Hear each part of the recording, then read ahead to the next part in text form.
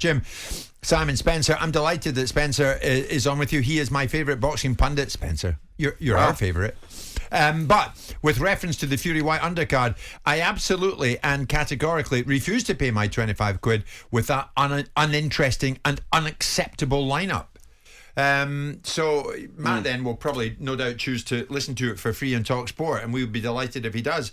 But certainly this isn't going unnoticed, Spencer, with people, because fight fans know what they want. Listen, that's what I'm saying, Jim. You know, you got one side that are maybe not your hardcore boxing fan that just says, well, I only want to see that fight anyway, and that's what I'm going for. And that'll be a lot of people that are in the stadium. But you got the other one on the flip side. There is a lot of boxing fans that appreciate their boxing and they want to watch a solid card as well. That's why I think that if Frank had a solid chief support, that would have made up for it. We recognise that, you know, it's a business and he's paid out a lot of money, but also 94,000 people. I don't know what the revenue on the gate would be on that, Simon, but you'd be 15 better. million, I should think. Right. If you look at the Anthony Joshua versus Dillian Whyte fight, and you look at the undercard, it was Tony Bellew.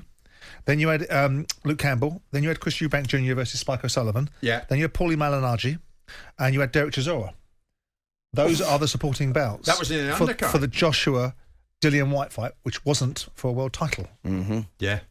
And probably wasn't in a stadium with 94,000 people. No, that was at the O2. Yeah. But then again, in fairness to Frank, we all know that all the money's going to the headline bill. Yeah. So well, that's what I'm saying. That's why I can't think have it both ways. To get them in the ring, it's cost him 25 million quid. Sure. Yeah, but I mean, it's got to be a more even, you know, it's got to spread it a bit more evenly towards the undercard as well. But the problem is if Tyson Fury tells you what he wants for that fight and doesn't, you know, and that's what you've got to do to some extent. But if you had a better undercard and a better chief support, would that not create more pay-per-view sales? Yeah. Well, it might do now that you're going to fight Paul Ince. It depends what argument you run. If you run the argument that the hardcore boxing fans, I would have thought the hardcore boxing fans want to see a deeper bill. I think the casual fans, which are going to supplement that revenue, are just going to tune in for Fury versus Whyte, aren't they? So with that in mind, they don't mind the undercard because they're going to do that. So it does make its own sense. But what you'd like to think is, how about we spin it on its head, because Fury's a charitable individual. You'd like to think Fury would want to patronise the boxing division itself and give other fighters some more money. I would have thought so, Sam. He'll take all the money. It's not going unnoticed. Jake Davison, big boxing fan, he says, look, I'm going to Wembley, but I'm underwhelmed by what I'm seeing here, and I'm glad you guys have raised this point this lunchtime. It ain't good enough. And he's right, it's not. Having said that, poor Frank Warren must be thinking what we're trying to do to him, because we put him against Jeff Benz the other day, the lawyer. But he bashed him up. He did, to be fair. I was listening to that and I thought that was hilarious. I thought actually you tied the lawyer up in knots as well, Simon, because it was...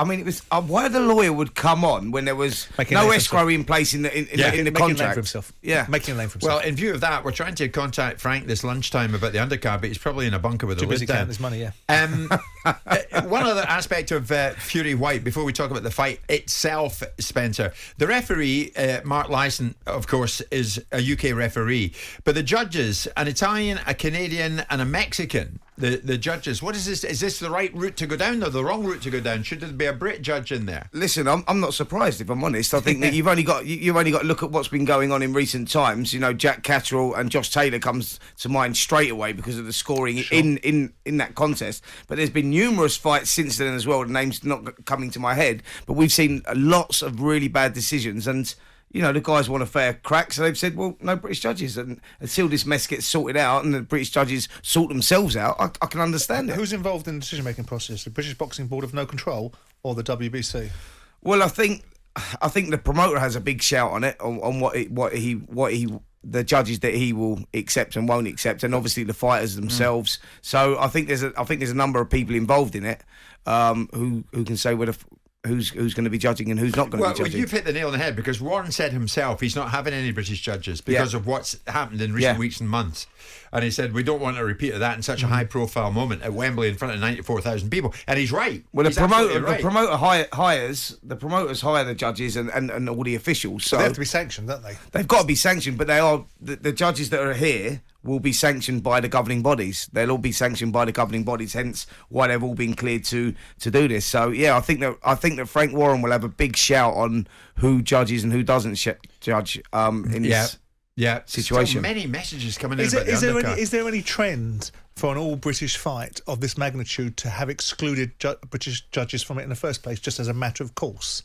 because of any form of bias or allegiance to one of the fighters because of geographical locations. It's a good point, Simon. It may well be that this is not what we think it is, a lockout, and simply a sensible decision based upon someone not being in any shape or form with an allegiance to either one of the fighters. Yeah. Well, it did come from Warren. Warren said there will be no UK-based fighter. No UK-based judge on the fight. Yeah, that might be sort of Frank making political capital out of things and seeking to make sure that he looks like he is doing everything right for the fight.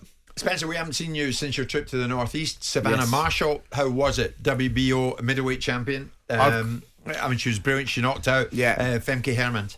Wow, what a performance. Femke Hermans is current European champion, former world champion. Was never expected to win. It was all about how Savannah was going to win the fight and make a statement. Clarissa Shields had beat Hermans previously on points, and I think it was all about how Savannah won the contest, not whether she was going to win, how she won it. And boy, did she win it in style. I mean, don't know if you guys obviously watched it. She missed with a right hand, followed through with a left hook, and knocked her opponent out, but it was just such a clinical finish. I had Peter Fury on my podcast last night talking about it, and he just said, Spence, I'm not joking, this woman hits as hard as any man. He said it's just the way that she's relaxed, and what Peter's done, a great job that Peter's done, is Savannah had no confidence. She had this history of no confidence. She would win a Commonwealth Games, crash out of the World Championships, win a European Championships, crash out of the Olympics, because every time she won something, it was too much pressure on her shoulders and she couldn't handle that. But what Peter's done is he worked on the psychological side of things, made her believe in herself, and she's changed as a person. I mean, that's the beauty about what boxing's done for her. She's just changed.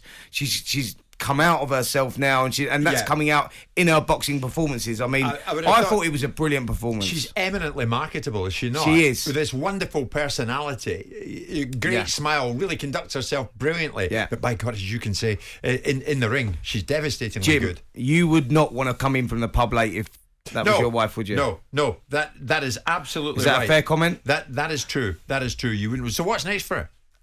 She next is a unification bout with, or for the undisputed, with Clarissa Shields, which is going to be a massive fight here.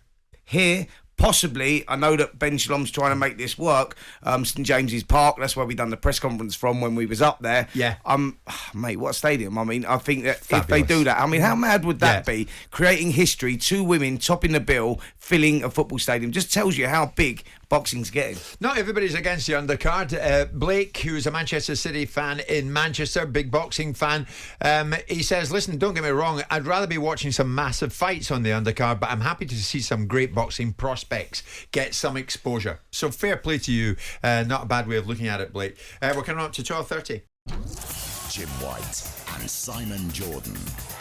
Monday to Friday mornings from 10 on AM, on DAB, via the talkSPORT app and on your smart speaker. talkSPORT.